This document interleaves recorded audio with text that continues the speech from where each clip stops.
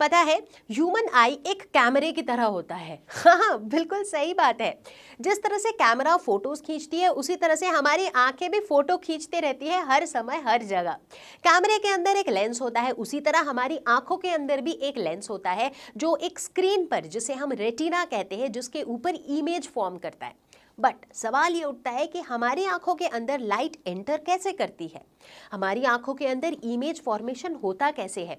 तो ये सारी बातें जानने के लिए सबसे पहले हमें जानना होगा the different parts of the I, right. तो सबसे पहले चलो आंखों की सैर करते हैं और देखते हैं कि इसके अंदर कौन कौन से पार्ट्स होते हैं। तो important parts are cornea, aqueous humour, iris, pupil, vitreous humour, lens, ciliary muscles and retina. सबसे पहले बात करेंगे कॉर्निया की। कॉर्निया एक थिन मेम्ब्रेन होता है जिसके थ्रू लाइट हमारे आंखों के अंदर एंटर करती है। इसके बाद बारी आती है एक्वस ह्यूमर की। एक्वस मतलब कुछ पानी से रिलेटेड। यस, एक्वस ह्यूमर एक फ्लूइड होता है जो मोस्टली वाटर होता है और इसका मेन काम होता है कि आंखों के अंदर एक करेक्ट प्रेशर बैलेंस को मेंटेन करना। इतना ही नहीं, ये हमारी आंखों को डस्ट पार्टिकल्स, डर्ट, बैक्टीरिया जैसे चीज़ों से भी प्रोटेक्ट करता है जो अदरवाइज हमारी आंखों को हार्म कर सकता है। इसके बाद अगली बारी है प्यूपिल की। प्यूपिल क्या होता है? ध्यान से अपनी आंखें देख सकते हो मिरर में या फिर किसी और की आंखों को देखो बड़े ध्यान से कि आंखों के सेंटर में ना एक ब्लैक कलर का सर्कुलर शेप का स्ट्रक्चर होता है, राइट। जैसे ये बड़ा सा एक राउंड है, उसके बीच में एक छोटा सा ब्लैक कलर का राउंड शेप का स्ट्रक्चर होता है, उसे हम कहते हैं प्यूपिल। प्यूपिल का काम ये होता है कि it controls the amount of light that enters into the eye. यानी कि अगर आंखों के अंदर अचानक से खूब सारी लाइट आ जाएगी तो क्या होगा, हमारे आंखों को नुकसान हो सकता है। नुकसान हम बिल्कुल नहीं चाहते, प्यूपिल भी नहीं चाहता है। तो प्यूपिल क्या करता है कि ये कितना लाइट आंखों में एंटर करेगा उसे कंट्रोल करता है। अगला नंबर है आइरिस का। आइरिस एक मस्कुलर डायफ्राम होता है और इसका काम पता है क्या होता है? ये प्यूपिल के साइज को कंट्रोल करता है ना, मज़ेदार। तो देखो कौन सा पार्ट होता है आइरिस। अब अगर आप मेरी आंखों में देखो तो आप देखोगे कि ये जो बड़ा सा सर्कल आपको दिख रहा है उसका कलर कैसा है? थोड़ा सा डार्क ब्राउन है, राइट। ये मेरा आइरिस है और इसी के सेंटर में प्यूपिल है। तो आइरिस के जो मसल्स है, मैंने जैसे बताया आइरिस मस्क्यूलर है, तो इसके मसल्स अगर कॉन्ट्रैक्ट करेंगे तो ये प्यूपिल के साइज को कंट्रोल कर सकते हैं। अगर प्यूपिल का साइज छोटा हुआ तो थोड़ा लाइट एंटर करेगा, प्यूपिल का साइज बड़ा हुआ तो ज़्यादा लाइट एंटर करेगा। करेक्ट। तो बात समझ में आई कि कैसे प्यूपिल लाइट को कंट्रोल करता है और कैसे आइरिस प्यूपिल को कंट्रोल करता है। आइरिस कई कलर्स के होते हैं, जैसे ब्लू, जैसे डार्क ब्राउन, जैसे ब्लैक, ये सारे कलर्स के आइरिस होते हैं। इनफैक्ट आपने ऐसे सुना होगा लोगों को बोलते हुए, राइट, कि उसकी आंखें जो है ब्राउन है, उसकी आंखें ब्लू है। इनफैक्ट ऐश्वर्या राय की आंखें जो हैं थोड़ी ब्लूइश हैं। तो ये ब्लू कलर का क्या है? आइरिस है, राइट। तो basically the colour of the iris decides the colour of your eye. अगला नंबर है आई लेंस का। आई लेंस का काम क्या है? Image formation of course, but eye lens को ये पता होता है कि भाई इमेज तो मुझे रेटिना पे ही बनाना है, राइट। अब ऑब्जेक्ट चाहे यहाँ पे हो या यहाँ पे, आई लेंस को क्या करना है? इमेज रेटिना पे बनाना है। यानी कि आई लेंस किस चीज़ को ऑल्टर करेगा? अपने फोकल लेंथ को। ऑफ कोर्स हमने पढ़ा है ना लेंस फॉर्मूला, जिसमें वी, यू और F, object distance, image distance और फोकल लेंथ, ये तीन चीज़ों का रोल होता है। तो भाई अगर इमेज डिस्टेंस हमेशा फिक्स्ड है तो ऑब्जेक्ट डिस्टेंस के हिसाब से फोकल लेंथ को ही तो चेंज करना पड़ेगा, है ना। तो आई लेंस अपने थिकनेस को ऑल्टर करके अपने फोकल लेंथ को फाइनली एडजस्ट करता है ताकि इमेज हमेशा रेटिना पे बने और तभी हम उस इमेज को देख पाते हैं। आई लेंस बनाते हैं रियल एंड इन्वर्टेड इमेज। अब सवाल ये उठता है कि आई लेंस के फोकल लेंथ को एडजस्ट करता कौन है? मतलब मैंने बड़ी आसानी से बोल दिया कि भाई आई लेंस जो है अपनी थिकनेस को एडजस्ट करके फोकल लेंथ एडजस्ट कर लेता है, बट आई लेंस के थिकनेस को कैसे एडजस्ट किया जाता है? Using ciliary muscles. तो अगर आप इस अरेंजमेंट को देखोगे तो आई लेंस के दोनों तरफ सीलियरी मसल्स होते हैं। तो जब ये मसल्स कॉन्ट्रैक्ट करते हैं तो बीच का जो आई लेंस है वो बल्ज आउट कर जाता है, वो थिक हो जाता है। उसी तरह जब ये मसल्स रिलैक्स कर जाते हैं तो जो लेंस है उसकी थिकनेस कम हो जाती है। तो यानी कि इन मसल्स के कॉन्ट्रैक्शन और एक्सपेंशन से जो लेंस है उसकी थिकनेस ऑल्टर होती है, विच मीन्स कि उसकी फोकल लेंथ ऑल्टर होती है। इसके बाद अगला पार्ट है vitreous vitreous humour. Vitreous humour एक जेली लाइक फ्लूइड होता है जो हमारे आईबॉल की स्फेरिकल शेप को रिटेन करता है। इतना ही नहीं, विट्रस ह्यूमर की वजह से ही हमारी आंखें थोड़ी वेट रहती हैं, थोड़ी भीगी हुई सी रहती हैं। अगला नंबर आता है रेटिना का। वेरी वेरी इंपॉर्टेंट, क्योंकि रेटिना एक लाइट सेंसिटिव स्क्रीन है जहां पर इमेज बनते हैं। रेटिना में पाए जाते हैं दो तरह के cells, rods and cones. Rods बोले तो वो सेल्स जो हमें कम लाइट में चीज़ों को देखने में मदद करती हैं, यानी कि आप बोल सकते हो नाइट विजन। रात के समय इतना अंधेरा होता है बट स्टिल आपने देखा है we manage to see things, right. कभी कभी आपने नोटिस किया है कि लेट्स से आप घर पर हो, हर तरफ लाइट्स ऑन है, अचानक से रोशनी चली गई, अचानक से सारे लाइट्स ऑफ हो गए, तो इनिशियली आपको कुछ नहीं दिखता है बट थोड़ी देर के बाद आपको थोड़ा थोड़ा दिखने लगता है। ऑब्वियसली आपको बिल्कुल ऐसे, अगर एक फ्लावर पॉट रखा है जिसका कलर ब्लू है या फिर अगर आपके सोफ़ा का कलर रेड है, आपको ये कलर्स तो नहीं दिखते हैं बट आपको उतनी कम रोशनी में या फिर इवन अंधेरे में भी थोड़ी बहुत चीज़ें दिखती है कि भाई यहाँ पे चेयर है मुझे दिख रहा है, यहाँ सोफ़ा है मुझे दिख रहा है, तो उतनी आपको दिखती है। सो इस तरह के जो डिम लाइट विजन में मदद करता है कौन? रॉड्स। इसके अलावा जो दूसरे टाइप का सेल होता है दैट इज कोन्स, वो हमें ज़्यादा लाइट के विजन में मदद करता है और कलर्ड विजन में मदद करता है। जब लाइट ज़्यादा होती है तो हमें साफ दिखता है कि भाई रेड कलर का सोफ़ा दिख रहा है, ब्लू कलर का फ्लावर वास दिख रहा है, येलो कलर की ड्रेस दिख रही है, राइट। तब हमें कलर्स भी दिखते हैं, तो वहाँ पर काम आते हैं cones. And then finally comes the optic nerves. अभी तक तो हमने जितने पार्ट्स की बातें की उससे लगभग आपको आइडिया लग गया होगा कि यार आंखों के अंदर ना हर ऑब्जेक्ट का इमेज फॉर्मेशन हो रहा है। ठीक है, अच्छी बात है, हो रहा है, लेकिन हम उस इमेज को देख करके इंटरप्रेट तभी कर पाएंगे जब हमारा ब्रेन भी उसके सिंक में हो, राइट। वरना पता चला मुझे दिख रहा है सामने कि एक सोफ़ा है, सोफ़ा का इमेज दिख रहा है, बट जब तक ये इन्फॉर्मेशन मेरे ब्रेन तक नहीं पहुंचेगी कि भाई जो तुम देख रहे हो वो एक सोफ़ा है, तब तक मेरा देखने का कोई पॉइंट ही नहीं है। यानी कि आंखों के साथ ब्रेन का कोई कनेक्शन होना चाहिए और वही कनेक्शन होता है ऑप्टिक नर्व्स। ऑप्टिक नर्व्स हमारे ब्रेन को ये सिग्नल देता है, ये इन्फॉर्मेशन देखता है कि भाई देखो देखो देखो, ध्यान दो, जो चीज़ तुम देख रहे हो वो एक सोफ़ा है, ब्लू कलर का सोफ़ा है ना। तो ये होते हैं ऑप्टिक नर्व्स जो हमारे इलेक्ट्रिकल सिग्नल्स को ब्रेन तक ले जाते हैं। तो चलो बच्चों, तैयार हो अब समझने के लिए कि एग्जैक्टली इमेज फॉर्मेशन होता कैसे है? होना तैयार? तो काफ़ी आइडिया तो मैंने ऑलरेडी दे दिया जब हम ह्यूमन आई के पार्ट्स पढ़ रहे थे। तो इमेज फॉर्मेशन के दौरान क्या होता है कि जो आई लेंस होता है ये किसी भी ऑब्जेक्ट का इमेज बनाता है ऑन द रेटिना। ठीक है, अब ऑब्जेक्ट पास भी हो सकता है, ऑब्जेक्ट दूर भी हो सकता है, राइट। बेस्ड ऑन दैट जो आई लेंस होता है वो अपने फोकल लेंथ को एडजस्ट करता है। कैसे? सीलियरी मसल्स के हेल्प से। ठीक है, तो सीलियरी मसल्स के कॉन्ट्रैक्शन या रिलैक्सेशन से आई लेंस का फोकल लेंथ एडजस्ट होता है। बेस्ड ऑन दैट ये पक्का होता है कि भाई हर ऑब्जेक्ट का इमेज जो है वो रेटिना पर ही बने। तो चलो फटाफट से देखते हैं कि जब ऑब्जेक्ट पास होता है तो हमारे आई लेंस का फोकल लेंथ किस तरह से एडजस्ट होता है, और जब ऑब्जेक्ट दूर होता है तब हमारे आई लेंस का फोकल लेंथ कैसे एडजस्ट होता है। थोड़ी ही देर पहले मैंने आपको थिक और थिन लेंस के बारे में बताया था, याद होगा, राइट। तो अगर लेंस मोटा होता है ना, ऐसे मोटा दिखता है, तो उसका बेसिकली जो रेडियस ऑफ कर्वेचर होता है वो छोटा होता है, इसीलिए उसका फोकल लेंथ भी छोटा होता है। तो जब फोकल लेंथ स्मॉल चाहिए मुझे, तो उस समय लेंस को कैसा रहना चाहिए? लेंस को रहना चाहिए थिक। समय थिक लेंस होना चाहिए। थिक लेंस कब होता है? सोच के देखो, ये लेंस है मेरा, राइट, जैसे कि यहाँ पे देख रहे हो, दिस इज द लेंस, और यहाँ पे सीलियरी मसल्स होते हैं दोनों तरफ से।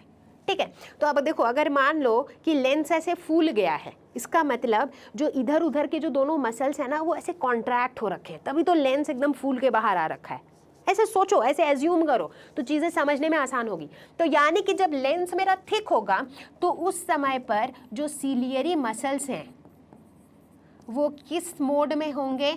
वो कॉन्ट्रैक्ट मोड में होंगे। इतनी बात समझ में आई? अगर समझ में आ गई है तो समझ लो पूरा कॉन्सेप्ट समझ में आ गया है। ठीक है, तो हम कैसे याद रखेंगे? ऑब्जेक्ट अगर पास में है तो मतलब फोकस पास में होना चाहिए, फोकल लेंथ स्मॉल होना चाहिए, तो फोकल लेंथ स्मॉल है। फोकल लेंथ स्मॉल चाहिए तो लेंस को थिक होना चाहिए, लेंस थिक चाहिए तो सीलियरी मसल्स उस समय कॉन्ट्रैक्ट करने चाहिए। ठीक है, अब एग्जैक्टली इसका ऑपोजिट होगा जब ऑब्जेक्ट दूर होगा। जब ऑब्जेक्ट दूर है तो क्या होगा? अब देखो, ऑब्जेक्ट दूर है तो यानी कि इस केस में जो फोकल लेंथ है that should be large, focal length को लार्ज होने के लिए लेंस को थिन होना चाहिए। लेंस को थिन होने के लिए मतलब लेंस अगर अंदर पिचका पड़ा है, इसका मतलब जो सीलियरी मसल्स हैं वो ऐसे बाहर फैले हुए हैं, राइट। तो सीलियरी मसल्स ऐसे केस में रिलैक्स होने चाहिए, ठीक है। तो बेसिकली इस तरीके से हम करीब के और दूर के ऑब्जेक्ट्स को क्लियरली देख पाते हैं। तो इसमें किसका किसका रोल होता है? सबका रोल होता है, मतलब ये एक टीम वर्क है, कोई एक बंदा काम नहीं करता है। स्टार्टिंग फ्रॉम कॉर्निया सब लोग रोल प्ले करते हैं। कॉर्निया पहले लाइट को एंटर करने देता है, उसके बाद एक्वस ह्यूमर के होने से वो लाइट बेंड करती है, उसके बाद प्यूपिल के होने से वो light exact correct amount of light हमारी आंखों में एंटर करती है। प्यूपिल को कौन कंट्रोल करता है? आइरिस। प्यूपिल के बाद ये लेंस पे पहुंचता है, उसके बाद लेंस थिक होगा या थिन होगा बेस्ड ऑन कि ऑब्जेक्ट कहाँ पर है, ये कंट्रोल करता है सीलियरी मसल्स, और फिर फाइनली इमेज बनता है ऑन द रेटिना। अब भाई देखो, सोचने वाली बात ये है कि लेंस की भी अपनी एक लिमिटेशन है, राइट। मैंने बोल तो दिया बड़ी आसानी से कि भाई सीलियरी मसल्स के हेल्प से लेंस अपने थिकनेस को ऑल्टर कर सकता है, तो वो अपनी फोकल लेंथ को ऑल्टर कर सकता है, लेकिन लेंस जो है उसकी भी एक up to a certain extent ही वो थिन हो सकता है, up to a certain extent ही वो थिक हो सकता है, राइट। तो बेसिकली लेट अस से कि मुझे ये किताब पढ़नी है, अगर मैं इसे बिल्कुल आंखों के सामने ऐसे लेके आऊँ, क्या मैं पढ़ पा रही हूँ? इसमें क्या लिखा है? बिल्कुल नहीं पढ़ पा रही हूँ। आप खुद से ट्राई करके देखो, बिल्कुल आंखों के सामने ले आओ, आप बिल्कुल नहीं पढ़ पा रहे हो। क्यों?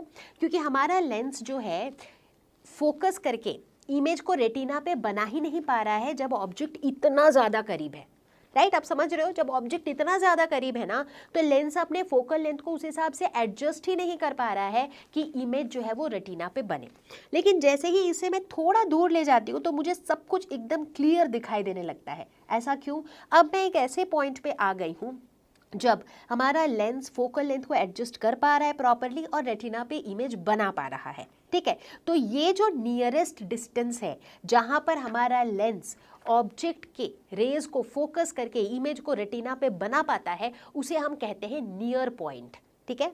और नियर पॉइंट की जो स्टैंडर्ड वैल्यू होती है फॉर लाइक नॉर्मल विजन, जिन लोगों की आंखों में और कोई प्रॉब्लम नहीं है, नॉर्मल विजन वाले लोगों के लिए नियर पॉइंट की स्टैंडर्ड वैल्यू होती है 25 सेंटीमीटर। यानी कि 25 सेंटीमीटर डिस्टेंस की दूरी पे अगर आप कॉपी को रखो तो आपको सब कुछ साफ साफ दिखेगा, लेकिन अगर आप उससे ज़्यादा करीब लेके आते हो तो जितना करीब लाते जाओगे उतना आपको चीज़ें ठीक से नहीं दिखेंगी। एज के साथ साथ बहुत सारी चीज़ें बदलती हैं और एज के साथ साथ नियर पॉइंट की वैल्यू भी बदलती है। ये जो 25 सेंटीमीटर वाली वैल्यू है, जैसे जैसे एज होती है तो ये वैल्यू बढ़ जाती है, यानी कि आप उतना क्लियरली उस डिस्टेंस पे नहीं देख पाते हो। तो इसका मतलब अगर हम एक नॉर्मल आई की बात करें तो उसका नियर पॉइंट होता है 25 सेंटीमीटर और उसका फार पॉइंट होता है इन्फिनिटी। तो भाई हमें यह समझ में आया कि अगर कोई भी चीज हमें ढंग से दिखे, इसके लिए इमेज कहाँ पे बनना चाहिए? रेटिना पर बनना चाहिए। बट ऐसा हमेशा होता नहीं है, यही है दुख की बात, राइट। और वहीं से आता है डिफेक्ट्स ऑफ विजन, राइट। आपने देखा होगा बहुत से लोग आंखों में लेंस लगाते हैं, बहुत से लोग चश्मा पहनते हैं, बहुत से लोगों को पास का नहीं दिखता, बहुत से लोगों को दूर का नहीं दिखता है। तो ये सारी चीज़ें क्यों होती है? क्योंकि विजन में डिफेक्ट्स भी हो जाती है। तो अभी फिलहाल हम डिस्कस करेंगे ऐसे 4 डिफेक्ट्स ऑफ विजन और देखेंगे कि वो क्यों होते हैं और उनको हम ठीक कैसे कर सकते हैं। तो हम डिस्कस करेंगे अभी मायोपिया, हाइपरमेट्रोपिया, एस्टिग्मैटिज्म एंड प्रेसबायोपिया।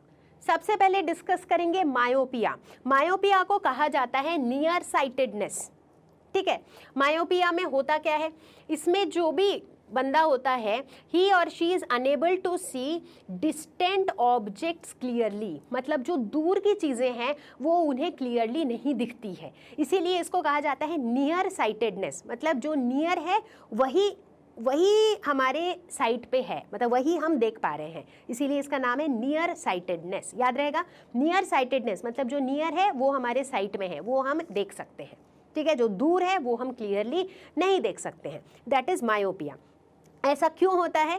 क्योंकि सारा चक्कर इमेज फॉर्मेशन का है। मैंने क्या बताया था, अगर साफ साफ देखना है तो इमेज को कहाँ पे बनना होगा? रेटिना पे बनना होगा, बट नहीं बना होगा, और वैसा ही हुआ है। देखो, image is formed before retina, retina पे बनना था इमेज को। ये हमारी आँख है, ये हमारा आँख है, ये आई का लेंस है। देखो ये जो लेंस दिख रहा है ये आई का लेंस है।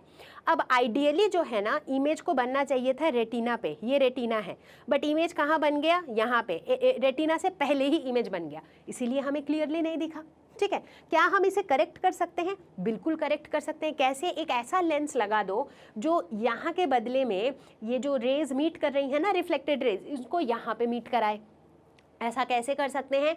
अगर हम यहाँ पे इसको एक कॉनकेव लेंस ऐड कर दें। बेसिकली देखो क्या हो रहा था, ये रेज यहाँ पे कन्वर्ज हो जा रही थी, बट हमें चाहिए कि ये यहाँ पे कन्वर्ज हो, मतलब हम इसे लेट से कन्वर्ज कराना चाहते हैं, यानी कि हम इसको थोड़ा सा डाइवर्ज कराना चाहते हैं ताकि थोड़ा सा दूर दूर रहे, ताकि बाद में जाके मीट करे, है ना। तो डाइवर्ज कौन कराता है? Concave lens. इसीलिए देखो हमने इसको करेक्ट कराने के लिए इसके रास्ते में एक कॉनकेव लेंस लगा दिया। कॉनकेव लगा दिया तो कॉनकेव लेंस थोड़ा ज़्यादा इसको डाइवर्ज कर दिया, तो ये लोग थोड़ा लेट से जाके मिले इस पॉइंट पे। तो भाई प्रॉब्लम सॉल्व, इमेज बन गया रेटिना पे, चीज़ें दिखने लगी साफ साफ, है ना। तो इसीलिए जब भी आपने अगर नोटिस किया होगा कि कभी भी किसी को आपके फैमिली में अगर ऐसा हुआ हो जिसको दूर की चीज़ें क्लियरली नहीं दिख रही हैं, तो वो जनरली डॉक्टर के पास जाते हैं और उनको चश्मा लग जाता है। तो व्हाट इज़ दिस चश्मा? तो बेसिकली उन्हें एक ऐसा लेंस लगा दिया जाता है उनकी आंखों के बाहर। देखो आंखों के बाहर एक ऐसा लेंस लगा दिया जाता है जो लेंस रेज को ऐसे डाइवर्ट कर दे ताकि इमेज हमारा रेटिना में जाके बने। अगला नंबर है हाइपरमेट्रोपिया। हाइपरमेट्रोपिया मायोपिया का जस्ट उल्टा है। इसे कहा जाता है फार साइटेडनेस। फार साइटेडनेस मतलब जो फार है वो हमारे साइट में है, मतलब दूर की चीज़ें हमें अच्छी दिखती हैं लेकिन सामने की चीज़ें हमें क्लियरली नहीं दिखती है। Unable to see closer objects clearly. ठीक है, तो यहाँ पे क्या होता होगा आप गेस करो। मायोपिया में जो इमेज है वो रेटिना के पहले बन जाता था, यहाँ पे जो इमेज है वो रेटिना के बाद में जाके बनता है। ये देखो ये रेटिना है, यहाँ पे बनना चाहिए था बट बना कहाँ, उसको भी क्रॉस करके बाद में बना। तो यहाँ पे हम इसको कैसे करेक्ट करेंगे? हम करेक्ट करेंगे इसको पहले ही कन्वर्ज करा के। तो जल्दी से कन्वर्ज कौन कराएगा? Converging lens. कौन सा होता है कन्वर्जिंग लेंस? Convex lens. तो इसीलिए इसको हम करेक्ट करेंगे यूजिंग अ कॉन्वेक्स लेंस। जैसा कि यहाँ पे देख रहे हो, देखो यहाँ पे हमने ये कॉन्वेक्स लेंस डाल दिया तो इसने फटाफट से इसको कन्वर्ज करा दिया और इमेज यहाँ पे बन गया रेटिना में। अगला डिफेक्ट है एस्टिग्मेटिज्म। एस्टिग्मेटिज्म में क्या होता है? इसमें ना कॉर्निया के शेप के साथ ही इशू होता है। कॉर्निया नॉर्मली स्फेरिकल शेप का होता है बट इस केस में कॉर्निया एग्जैक्टली स्फेरिकल शेप का नहीं होता है। It is not spherical in shape. इस वजह से जो विजन होता है ना वो थोड़ा ब्लर्ड होता है, मतलब क्लियरली नहीं दिखती है, चीज़ें थोड़ी धुंधली धुंधली सी दिखती हैं। ठीक है, तो देखो क्या होता क्या है एग्जैक्टली। जैसे मान लो इमेज बनता तो लगभग रेटिना पे ही है, ठीक है, लेकिन देखो कैसा इमेज बनता है। ऑब्जेक्ट अगर ऐसा था ना, देख रहे हो यहाँ पे कैसा ऑब्जेक्ट है, बिल्कुल स्ट्रेट लाइंस हैं, बट इसका इमेज देखो कैसा बन गया, ऐसे थोड़ा सा ऐसे नो वेवी टाइप का। तो इस वजह से क्या हो रहा है, आपको ब्लर्ड विजन आ रही है, आपको क्लियर नहीं दिख रहा है। इसको हम कैसे करेक्ट कर सकते हैं? इसको हम एक सिलिंड्रिकल लेंस के हेल्प से करेक्ट कर सकते हैं। ठीक है, जैसे मान लो यहाँ बीच में एक सिलिंड्रिकल लेंस लगा दिया, क्योंकि इसके शेप में इशू था ना, तो इसीलिए हमने एक दूसरे शेप का लेंस लगा दिया जिसको हम प्रॉपर करेक्ट एक्सिस के हिसाब से ओरिएंट करके फिट करेंगे ताकि जो इमेज यहाँ पे बने वो बिल्कुल करेक्ट इमेज बने, and that's how you can correct the vision. And finally the fourth defect is presbyopia.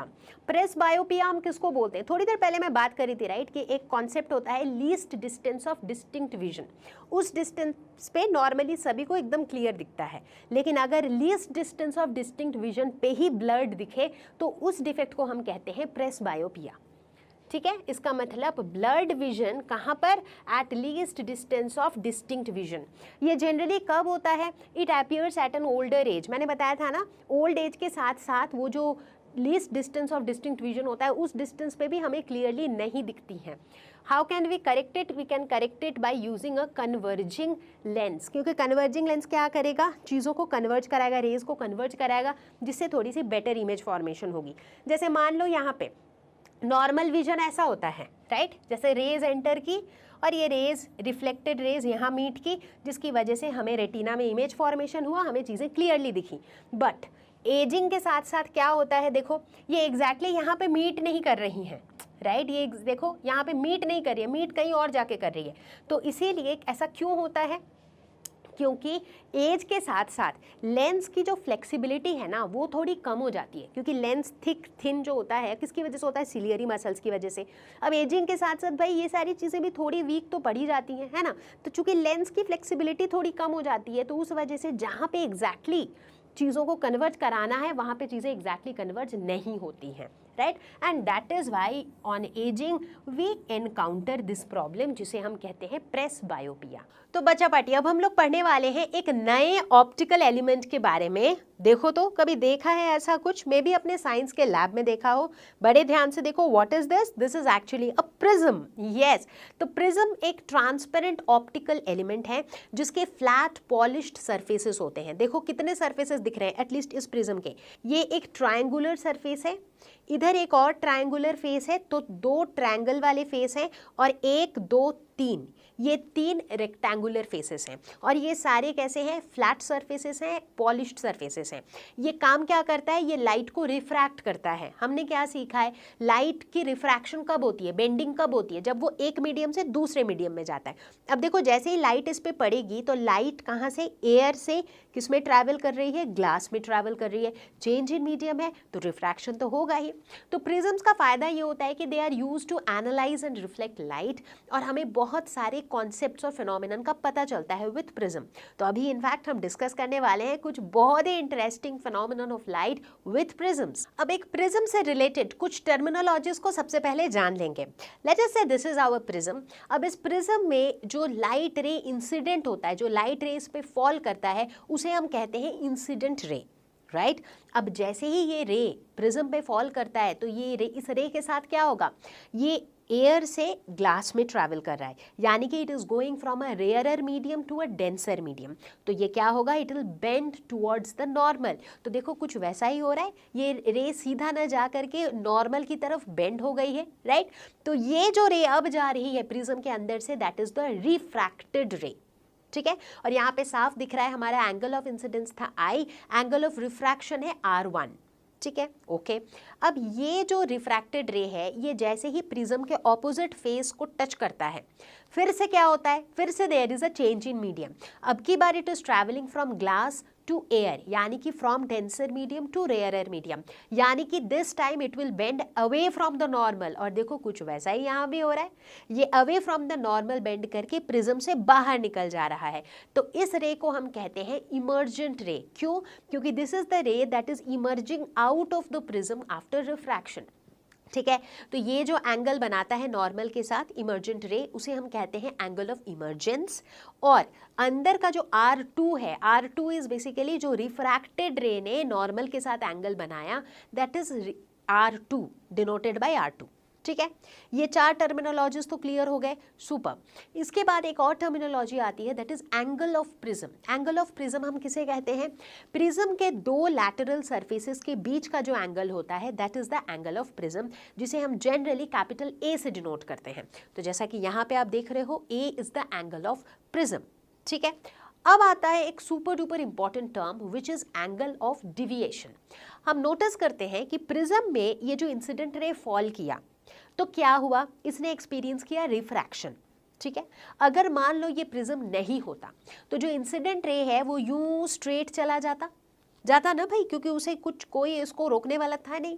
लेकिन इस प्रिज्म के होने की वजह से ये रे प्रिज्म से कैसे बाहर आया? जैसे ये इमर्जेंट रे आ रहा है, देखो ये ऐसे आया।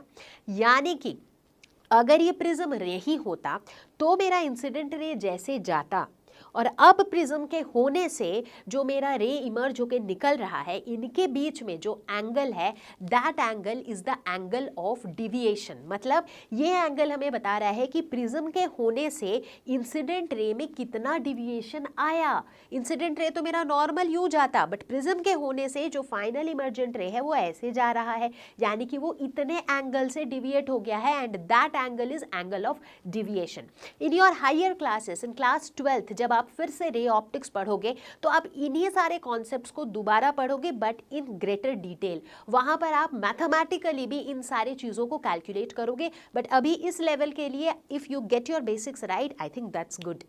प्रिज्म के थ्रू जब हम पास करते हैं व्हाइट लाइट, हम नोटिस करते हैं एक इंटरेस्टिंग फिनोमिनन। हम देखते हैं कि इधर से इनपुट तो होता है व्हाइट लाइट, बट प्रिज्म में से निकल के आते हैं 7 different colours, violet, indigo, blue, green, yellow, orange and red, right. और इन सारे कलर्स के इस पूरे जो सीरीज होती है इसे हम कहते हैं स्पेक्ट्रम, और इस फेनोमेनन को हम कहते हैं dispersion of light, that is splitting of white light into 7 different colours when passed through a prism is called dispersion of light. But सवाल ये उठता है कि यार दिया था सफेद लाइट, उसमें से इतने कलर्स निकल के आ गए, तो डिस्पर्शन हुआ क्यों? चलो देखते हैं। वेल, तो डिस्पर्शन होता इसलिए है क्योंकि जो वाइट लाइट होता है, बेसिकली वाइट लाइट के अंदर छुपे होते हैं 7 डिफरेंट कलर्स, ठीक है, बट वो हमें नॉर्मली दिखते नहीं हैं। लेकिन जब इसी वाइट लाइट को हम प्रिज्म के थ्रू पास करते हैं तो क्या होता है, इनके अंदर के जो 7 डिफरेंट कंपोनेंट्स होते हैं उन सब की वेवलेंथ्स अलग अलग होती हैं, राइट। एक वायलेट कलर का वेवलेंथ अलग होता है, रेड कलर का वेवलेंथ अलग होता है, राइट। तो चूंकि सबकी वेवलेंथ अलग अलग होती हैं, इसीलिए जैसे ही ये रिफ्रैक्ट करते हैं, इनकी जो बेंडिंग होती है वो बेंडिंग भी अलग अलग एंगल से होती है, ठीक है। तो लेट्स से वायलेट अगर इतना बेंड किया तो इंडिगो थोड़ा इतना बेंड किया, ब्लू थोड़ा इतना बेंड किया, तो सबकी बेंडिंग चूंकि अलग अलग एंगल से हो रही है, इसीलिए आउटपुट में हमें वो सारे कलर्स अलग अलग दिख रहे हैं as a spectrum. So basically this is the reason why we see dispersion of light.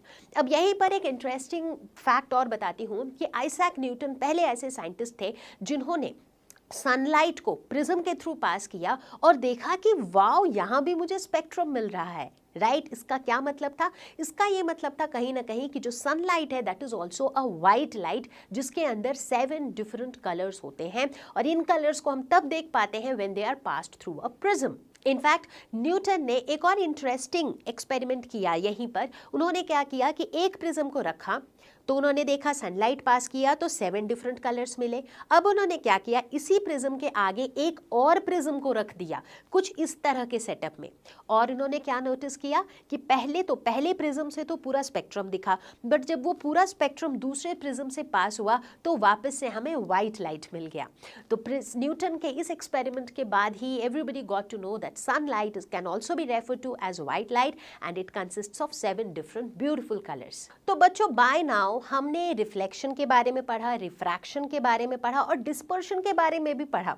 तो यहाँ पर तो बनता है कि हम एक बहुत ही इंटरेस्टिंग एग्जाम्पल की बात करें जिसमें ये तीनों फेनोमेनन देखने को मिलते हैं, and that is nothing but the rainbow. Rainbow देखने का शौक हम सभी को बचपन से होता है, राइट। और हम कब रेनबो देखने के लिए दौड़ते हैं? जब बारिश होती है और बारिश के बाद काफी सनी होता है, यानी कि the sun is there on the sky. After rainfall sun के ऑपोजिट वाले स्काई में हमें क्या दिखता है? हमें दिखता है रेनबो। तो ये रेनबो एक ऐसा नेचुरल फिनोमिनन है जो इसलिए होता है क्योंकि वहाँ पे रिफ्लेक्शन, रिफ्रैक्शन और डिस्पर्जन ये तीनों फिनोमिनन हो रहे होते हैं। अब आप पूछोगे कि मैम डिस्पर्जन होने के लिए तो प्रिज्म चाहिए था, बट यहाँ पे प्रिज्म कहाँ पे है? हमने एटमॉस्फेयर में कोई प्रिज्म फिट कर रखा है क्या? नॉट रियली, बट यहाँ पर एक नेचुरल ऐसी चीज होती है जो प्रिज्म की तरह काम करती है, and that is the water droplets. Rainfall के बाद जनरली जो वाटर ड्रॉपलेट्स होते हैं उन वाटर ड्रॉपलेट्स के थ्रू ही सनलाइट का होता है डिस्पर्शन, रिफ्रैक्शन और रिफ्लेक्शन, जिसकी वजह से हम रेनबो देख पाते हैं। इनफैक्ट आप नोटिस करोगे कि सिर्फ रेनी डे में ही नहीं, अगर कभी in case you get a chance to visit a waterfall या फिर फाउंटेन, तो अगर आप सन को अपनी पीछे की तरफ रख के अगर वाटरफॉल के थ्रू आप स्काई को देखने की कोशिश करो तो वहाँ पर भी आपको रेनबो दिखता है। I don't know if you have encountered that ever, but ये बारिश के बाद वाला रेनबो तो शायद आपने कभी ना कभी देखा ही होगा। तो चलो let us look into detail कि एग्जैक्टली रेनबो फॉर्मेशन के दौरान होता क्या है। यहाँ पर हम 2 टाइप के रेनबो की बात करेंगे, primary rainbow and secondary rainbow. तो देखेंगे सबसे पहले प्राइमरी रेनबो फॉर्मेशन, ठीक है। होता क्या है, ये जो एक आप स्फेयर देख रहे हो, right, this is a rain drop. मैंने क्या बोला था? रेन ड्रॉप्स की भी ज़रूरत पड़ती है और सनलाइट की भी ज़रूरत पड़ती है, इसीलिए रेनबो वैसे टाइम पे दिखता है जब एक तरफ सनलाइट हो और दूसरी तरफ बारिश हो रही हो, राइट। तो ये है रेन ड्रॉप। रेन ड्रॉप के अंदर जब फॉल करता है सनलाइट तो देखो क्या होता है, जैसे ही सनलाइट इसमें इंसिडेंट हुआ तो यहाँ पे क्या एक्सपीरियंस करेगा ये? रिफ्रैक्शन। क्यों? क्योंकि चेंज इन मीडियम हो रहा है, ये लाइट एयर से वाटर के अंदर घुस रहा है तो इसका बेंडिंग होगा। तो भाई इसका बेंडिंग हुआ। अब सनलाइट क्या होता है? ऐसे बोलने को वाइट लाइट होता है, बट इसके अंदर 7 अलग कलर्स होते हैं और वो 7 अलग कलर्स का जो बेंडिंग होगा वो अलग अलग होगा, क्योंकि उनकी जो वेवलेंथ्स है वो अलग अलग है, तो वो अलग अलग वेलोसिटी से मूव करेंगी किसी भी मीडियम में। तो इसीलिए देखो ये लाइट जो पहले हम एक लाइन से दिखा रहे थे, अब इसको हमने एक वायलेट और एक रेड लाइट से दिखाया है, विच मीन्स कि इस वाइट लाइट का वायलेट वाला पार्ट इतना बेंड किया, रेड वाला पार्ट इतना बेंड किया, ठीक है। तो इस तरीके से ये लोग रिफ्रैक्शन अंडरगो किए, ऐसे जाने के बाद ये वापस से इस वाले वॉल पे टकराए, ठीक है। तो चलो यहाँ पे लिख देते हैं कहाँ पे क्या हो रहा है। तो यहाँ पे क्या हो रहा है, यहाँ पे हो रहा है रिफ्रैक्शन, क्योंकि ये एक मीडियम से दूसरे मीडियम में एंटर कर रहा है। जब वो इधर वाले बाउंड्री पे स्ट्राइक कर रहा है तो यहाँ पे क्या हो रहा है, यहाँ पर हो रहा है इंटरनल रिफ्लेक्शन, क्योंकि देखो यहाँ पे ये वाटर के मीडियम में था, अभी भी वाटर पे ही है, बट जस्ट दैट एक इंटरफेस को स्ट्राइक करके ये बाउंस बैक कर रहा है, यानी कि रिफ्लेक्ट कर रहा है। तो रेड वाला अपने हिसाब से रिफ्लेक्ट किया, वायलेट वाला अपने हिसाब से रिफ्लेक्ट किया, ठीक है। फिर से जैसे ही वो लोग इस इंटरफेस पे पहुंचे तो फिर से चेंज इन मीडियम है, तो यहाँ पर फिर से क्या हो रहा है, यहाँ पर हो रहा है रिफ्रैक्शन, ठीक है। अब आप पूछोगे कि यहाँ पे डिस्पर्शन कहाँ पे हो रहा था, बिल्कुल हो रहा था।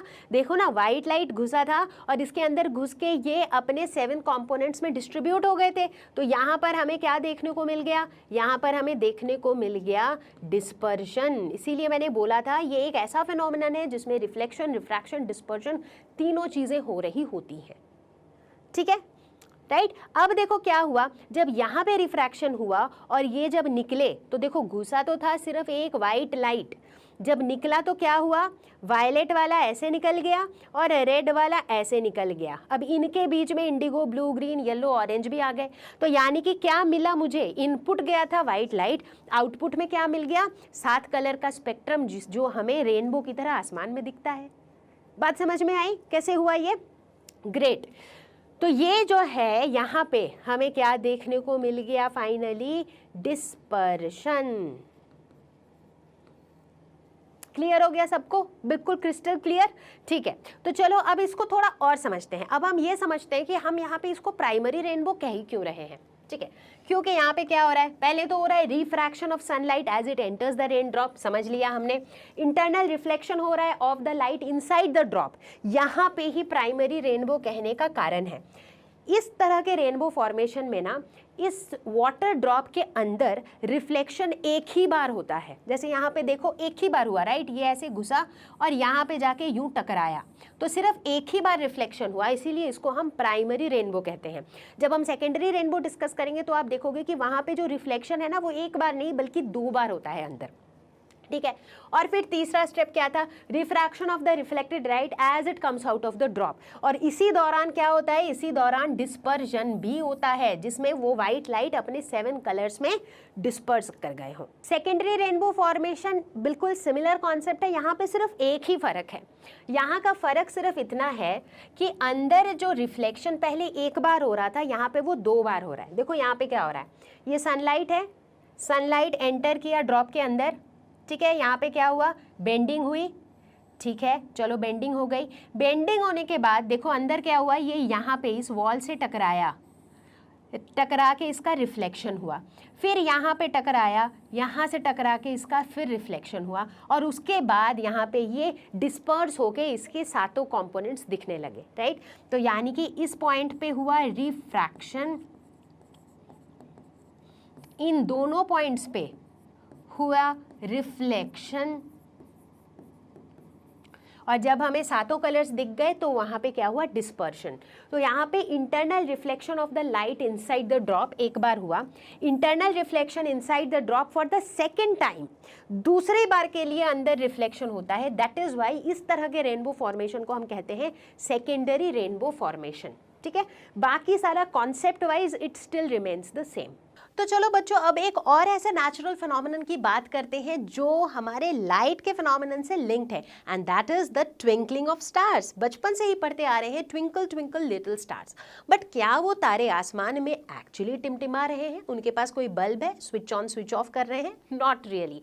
हो क्या रहा है कि ये जो तारा है, किसी भी एक तारा का जो लाइट है, वो जब हमारी आंखों तक पहुंच रहा है तो उसके बीच में बहुत सारे एटमॉस्फेयर के लेयर्स को पार करता हुआ वो हमारी आंखों तक आ रहा है, विच मीन्स कि जैसे जैसे वो इतने लेयर्स ऑफ एयर्स को पास कर रहा है तो उसकी बेंडिंग हो रही है due to refraction of light. ठीक है, तो फाइनली बहुत अच्छे से समझना, लेट अस से कि मैं एक पर्टिकुलर तारे की बात कर रही हूँ, अभी एक पर्टिकुलर स्टार की बात कर रही हूँ। अब उस स्टार में से वो स्टार यहाँ पे है और यहाँ से उसकी लाइट आ रही है मेरे आंखों तक। अब वो लाइट क्या हो रही है, वो ऐसे ऐसे ऐसे ऐसे बेंड होते होते लेट्स से मेरी आंखों तक पहुँची। अब लेट्स से मुझे वो रे इस तरह से पहुँचती हुई दिखी, तो मैंने अगर उसको ट्रेस बैक किया तो मुझे दिखा कि तारा यहाँ पे है, राइट, बट एक्चुअली तारा यहाँ पे था, बट मुझे अभी के लिए यहाँ दिखा। अगले ही इंस्टेंट मे बी जो रे मेरी आंखों तक पहुँचा वो मुझे बैक ट्रेस करके दिख रहा है कि तारा यहाँ पे है। तो what happens is every instant मुझे ऐसे दिखता रहता है कि तारा यहाँ पे है, नहीं यहाँ पे है, यहाँ पे है, यहाँ पे। सो बेसिकली दैट यहाँ पे is making me to feel कि वो जो स्टार है वो ट्विंकल कर रहा है, बट एक्चुअली वो स्टार ट्विंकल नहीं कर रहा है, ये सब कुछ धोखा है रिफ्रैक्शन ऑफ लाइट का। सनराइज के थोड़ी देर पहले सन एक्चुअली कहाँ पे होता है, हॉराइजन से नीचे होता है, ठीक है, जस्ट सनराइज के थोड़ी देर पहले।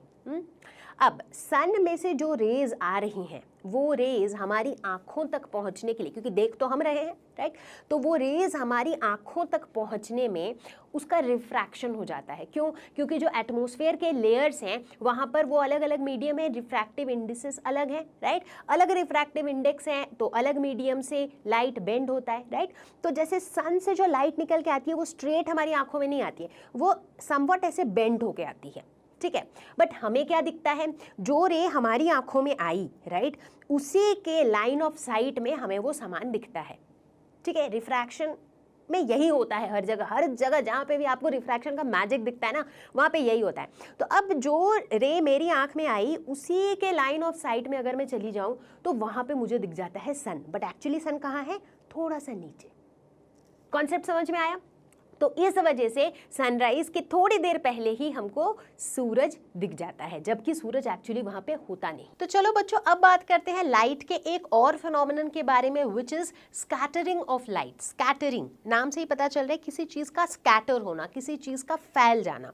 स्कैटरिंग ऑफ लाइट का मतलब होता है कि स्प्रेडिंग ऑफ लाइट किस वजह से, due to collision with particles of the medium. किसी भी मीडियम में जो पार्टिकल्स हैं उन पार्टिकल्स के साथ कोलिजन होने की वजह से लाइट का स्प्रेड आउट हो जाना, उसे हम कहते हैं स्कैटरिंग ऑफ लाइट। एक बहुत ब्यूटीफुल एग्जाम्पल है स्कैटरिंग का, the blue colour of the sky. Sky का कलर ब्लू ही क्यों होता है, that is due to scattering of light. उसी तरीके से आपने देखा होगा कि सनराइज के टाइम पे या फिर सनसेट के टाइम पे जो आसमान का कलर होता है वो थोड़ा सा स्लाइटली रेडिश हो जाता है, that is again due to scattering of light. क्या हो रहा है, लाइट जो है स्कैटर हो रही है। क्यों? क्योंकि मीडियम के जो पार्टिकल्स हैं वो उस लाइट को स्प्रेड आउट कर रहे हैं, उसको स्कैटर कर रहे हैं। एक बहुत अच्छा एग्जाम्पल स्कैटरिंग का है टिंडल इफेक्ट। टिंडल इफेक्ट याद है, जब हम कोलॉइड्स के बारे में पढ़ रहे थे, we were studying about colloidal particles, right. तो हमने क्या बताया था कि कोलॉइड्स जो होते हैं, कोलॉइड्स के अंदर पार्टिकल का साइज जो है वो कंसिडरेबली थोड़ा ज़्यादा बड़ा होता है। तो ये जो पार्टिकल्स हैं, ये पार्टिकल्स क्या करते हैं, लाइट को स्कैटर करते हैं। इसीलिए किसी भी कोलॉइड के थ्रू अगर हम लेज़र के बीम को पास करते थे तो हमें वो लाइट काफ़ी क्लियरली दिखती थी, राइट। लेकिन वहीं अगर हम सॉल्यूशन के थ्रू इस लाइट को पास करते थे तो वो हमें क्लियरली नहीं दिखती थी। याद है ना ये डेमोन्स्ट्रेशन? अगर याद नहीं भी है तो चलो कोई बात नहीं, मैं फटाफट से करा देती हूँ रिकैप। हमने ये पढ़ा था कोलॉइड्स के बारे में या फिर कोलॉइडल सॉल्यूशन के बारे में कि ये एक इस तरह का मिक्सचर होता है जो दिखता तो होमोजीनियस है बट एक्चुअली हेट्रोजीनियस होता है, यानी कि होमोजेनियस दिखने वाला हेट्रोजीनियस मिक्सचर। जैसे कि मिल्क को देख के तो यही लगता है कि वो होमोजीनियस है, राइट, बट एक्चुअली में होमोजीनियस होता नहीं है। क्यों? क्योंकि इसके अंदर जो पार्टिकल्स होते हैं, मतलब बेसिकली कोई भी सॉल्यूशन में क्या होता है, एक सॉल्यूट होता है, एक सॉल्वेंट होता है, तो एक पार्टिकल होता है और एक डिस्पर्स्ड मीडियम होता है। तो यहाँ पर ये जो पार्टिकल्स होते हैं जो डिस्पर्स्ड मीडियम में रहते हैं, उन पार्टिकल्स का जो साइज होता है, they lie in the range of 10 to the power -9 meter to 10 to the power -7 meters, which means कि सॉल्यूशन के मुकाबले कोलॉइडल सॉल्यूशन का पार्टिकल साइज बड़ा होता है। इन पार्टिकल्स की ये खास बात होती है कि ये लाइट को स्कैटर करते हैं, इसीलिए जब एक कोलॉइड के थ्रू हम लेज़र लाइट को पास कराते हैं तो वो लाइट की बीम हमें साफ दिखती है। क्यों? क्योंकि कोलॉइडल पार्टिकल्स उस लाइट को स्कैटर कर रहे होते हैं, राइट। लेकिन जब उसी लेज़र लाइट को हम एक ट्रू सॉल्यूशन के थ्रू पास करते हैं, जैसे कि एक शुगर सॉल्यूशन के थ्रू या एक सॉल्ट सॉल्यूशन के थ्रू, तो हमें वो जो रे है वो बिल्कुल भी नहीं दिखती है। करेक्ट। इस एक्सपेरिमेंट को हमने पहले भी किया था जब हम लोग कोलॉइड्स के बारे में डिटेल में डिस्कस कर रहे थे, राइट। तो यहाँ से क्या पता चला कि ये जो स्कैटरिंग का इफेक्ट है ये किस वजह से आता है, मीडियम के पार्टिकल्स की वजह से, राइट। अभी देखो लेजर की जो लाइट है वो मुझे उस सॉल्यूशन के अंदर दिख रही है, कोलॉइड के अंदर दिख रही है, क्यों? क्योंकि उसके जो पार्टिकल्स हैं उसे स्कैटर कर रहे हैं। ठीक उसी तरीके से जो हमें रेडिश कलर दिखता है स्काई में या ब्लू कलर का स्काई दिखता है, उस समय भी जो मीडियम है उनके जो पार्टिकल्स हैं वो उस कलर को स्कैटर कर रहे हैं, and that is why we are able to see the sky of that colour. Case में हम देख रहे हैं कि हम इसे वाटर के थ्रू पास तो कर रहे हैं बट हमें इस लाइट की जो बीम है वो क्लियरली दिख नहीं रही है। It is very very very light, right. अब चलो इसी लाइट को हम पास करते हैं सॉल्यूशन के थ्रू। अब देखो वाटर के मुकाबले थोड़ा सा ज़्यादा क्लियर दिख रहा है बीम, है ना। हालांकि बहुत क्लियर तो नहीं दिख रहा है बट थोड़ा सा ज़्यादा क्लियर दिख रहा है, ठीक है, ओके। ऐसा क्यों हो रहा है? क्योंकि जो पार्टिकल्स हैं वो लाइट को स्कैटर कर रहे हैं, ठीक है, लेकिन पार्टिकल्स सॉल्यूशन के केस में बहुत छोटे हैं, ओके। और आगे बढ़ते हैं, चलते हैं कोलॉइड की तरफ, और वाह देखो यहाँ पे मैजिक, यहाँ पे लाइन जो है काफ़ी ज़्यादा क्लियर है। क्यों? क्योंकि पार्टिकल का जो साइज़ है वो काफ़ी बड़ा है, तो वो पार्टिकल्स लाइट को स्कैटर कर रही है और इसीलिए हमें बीम क्लियरली दिख रही है। तो आई एम श्योर अब आपने गेस कर ही लिया होगा कि सस्पेंशन के केस में क्या होने वाला है। एब्सोल्युटली बिल्कुल क्लियर लाइन है। तो कुल मिला के टिंडल इफेक्ट जो कि स्कैटरिंग ऑफ लाइट का ही एक एग्जाम्पल है, ये क्या होता है? ये होता है scattering of light by colloidal particles. अब यहाँ भी खास बात ये होती है कि अगर ये पार्टिकल्स छोटे हैं तो स्मॉलर पार्टिकल्स स्कैटर करेंगे स्मॉलर वेवलेंथ्स, बिगर पार्टिकल्स स्कैटर करेंगे बिगर वेवलेंथ्स। स्मॉलर वेवलेंथ्स बोले तो ब्लू, मतलब ब्लू वाला जो साइड है, ब्लू वायलेट वाला जो साइड है वो कंपैरेटिवली स्मॉलर वेवलेंथ है, रेड वाला जो साइड है वो कंपैरेटिवली बिगर वेवलेंथ है। तो अगर पार्टिकल का साइज बहुत छोटा है तो वो कौन सा वाला वेवलेंथ का लाइट स्कैटर करेगा? जो स्मॉलर वेवलेंथ वाला है, जैसे कि ब्लू। तो smaller particles blue light scatter करेगा, जो थोड़े कंपैरेटिवली लार्जर पार्टिकल्स हैं वो रेड लाइट को स्कैटर करेगा। तो इसका ये मतलब हुआ कि कौन सा कलर स्कैटर होगा ये किस पे डिपेंड करता है? ये डिपेंड करता है on the size of the scattering particle, मतलब जो पार्टिकल लाइट को स्कैटर करने वाला है उसके साइज के ऊपर। अब मेरे ख्याल से आपने गेस कर ही लिया होगा, why is the sky blue in colour? अक्सर ही आपसे पूछा जाता है ये सवाल, है कि नहीं? रीज़न ये है कि हमारे एटमॉस्फेयर के जो पार्टिकल्स हैं उनका साइज बहुत ही छोटा होता है compare to the wavelength of light. अब चूंकि उनका साइज छोटा होता है तो वो कैसे वेवलेंथ वाले लाइट को स्कैटर करेंगे? छोटे वेवलेंथ वाले लाइट को। अब अगर हम अपने स्पेक्ट्रम में, ये जो 7 कलर का स्पेक्ट्रम है, इस स्पेक्ट्रम में अगर हम देखें तो छोटी वेवलेंथ की लाइट किस तरफ फॉल करती है? ब्लू वाले साइड, ब्लू वायलेट वाले साइड, राइट। तो इसीलिए ये छोटे साइज के पार्टिकल्स ब्लू लाइट को स्कैटर करते हैं, and that is why we see the sky as blue.